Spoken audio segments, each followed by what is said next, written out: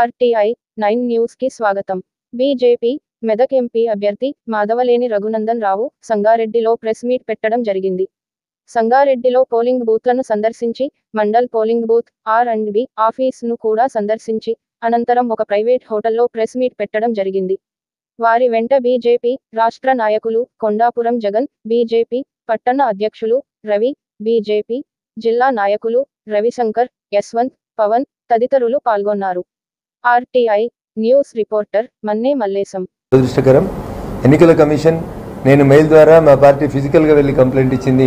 సాయంత్రం వరకు రాష్ట్ర ముఖ్యమంత్రి గారిని గృహ నిర్బంధంలో ఉంచాలని, మాట్లాడకుండా వారికి ఆదేశాలు ఇవ్వాలని మేము ఎన్నికల సంఘాన్ని డిమాండ్ చేస్తూ ఉన్నాం. ఈ సందర్భంగా ఎన్నికలు ముగిసి రిజల్ట్ వచ్చిన తర్వాత మాట్లాడుకుంటే బాగుంటుంది, కానీ గ్రౌండ్లో రియాలిటీ అర్థమైన తర్వాత రేవంత్ రెడ్డి గారు ఓటింగ్కి పోయినప్పుడు ప్రజల నుంచి వచ్చిన రెస్పాన్స్ చూసైనా, గతంలో ఒక టీవీ ఛానల్లో అంతా అయిపోయి మాట్లాడిన తర్వాత ఎవరికి ఓటేద్దామంటే జనం నుంచి వచ్చిన రెస్పాన్స్ కానీ ఆయన కళ్ళ ముందు కనబడుతుంది. ఆయన భవిష్యత్తు ఆయన కనబడుతూ ఉంది. ఈ రాష్ట్రంలో అందరికంటే ఎక్కువ స్థానాలతో డబుల్ డిజిట్లో భారతీయ జనతా పార్టీ గెలవబోతా ఉంది. కాబట్టి తన స్థానానికి ఏమైనా ఇబ్బంది వస్తామన్నటువంటి అనుమానంతో ఓటర్లని ప్రలోభ పెట్టేటట్టు ఇప్పటికే రైతు బంద్ చేసినాం, రేపు రైతు రుణమాఫీ చేస్తాం, ఇట్లాంటి పదాలు మాట్లాడడం అనేది ఎలక్షన్ కోడ్లో ఎన్నికలు నడుస్తున్నప్పుడు మాట్లాడడం అనేది చట్టరీత్యా నేరం. పోలీస్ యంత్రాంగం వెంటనే, ఎన్నికల సంఘం పోలీస్ యంత్రాంగానికి వెంటనే ఆదేశాలు జారీ చేయాలి. ముఖ్యమంత్రి గారి మీద కేసు నమోదు చేయాలి.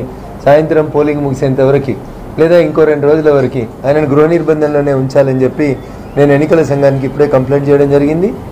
రాజకీయాల్లో విలువలు పాటించాలి, మధ్యవర్తులు ఉండి మంచిగా మాట్లాడుకుందాం అంటున్నటువంటి ముఖ్యమంత్రి గారు మరి ఎన్నికల కోడ్ ఉందని తెలిసి కూడా బీజేపీ మీద అట్లా మాట్లాడడం అనేది ఎంతవరకు సంస్కారమో వారే ఆలోచించుకుంటే బాగుంటుంది. ఎలక్షన్ కోడ్ సాయంత్రం 7 గంటలకి ఎన్నికలు అయిపోయిన తర్వాత ప్రజల్ని ఇన్ఫ్లుయెన్స్ చేయకుండా ఉంటుంది. కాబట్టి ఎన్నికల కోడ్ ఉన్నప్పుడు కూడా తర్వాత చర్చ పెట్టుకోవడానికి అవకాశం ఉంటుంది. కానీ వచ్చేసింది, రేపే ఏదో పడిపోతూ ఉన్నాయి డబ్బులు అనేటువంటి రీతిలో మాట్లాడి ప్రజలని ప్రలోభ పెట్టేటువంటి ప్రయత్నం చేసినాడు. కాబట్టి అతని మీద ఖచ్చితంగా కేసు నమోదు చేయాలి. అతను మళ్ళీ ఈ 2-3 రోజుల లోపల ఇట్లాంటి రాజకీయ వ్యాఖ్యానాలు చేయకుండా ఎన్నికల సంఘాన్ని నిషేధించాలని చెప్పి ఈ సందర్భంగా మేము డిమాండ్ చేస్తాం. Thank you. మనలో ఎవరో ఇద్దరు మాట్లాడితే కేసు అయింది. వాళ్ళు అడిగితే చెప్పాలంటే మన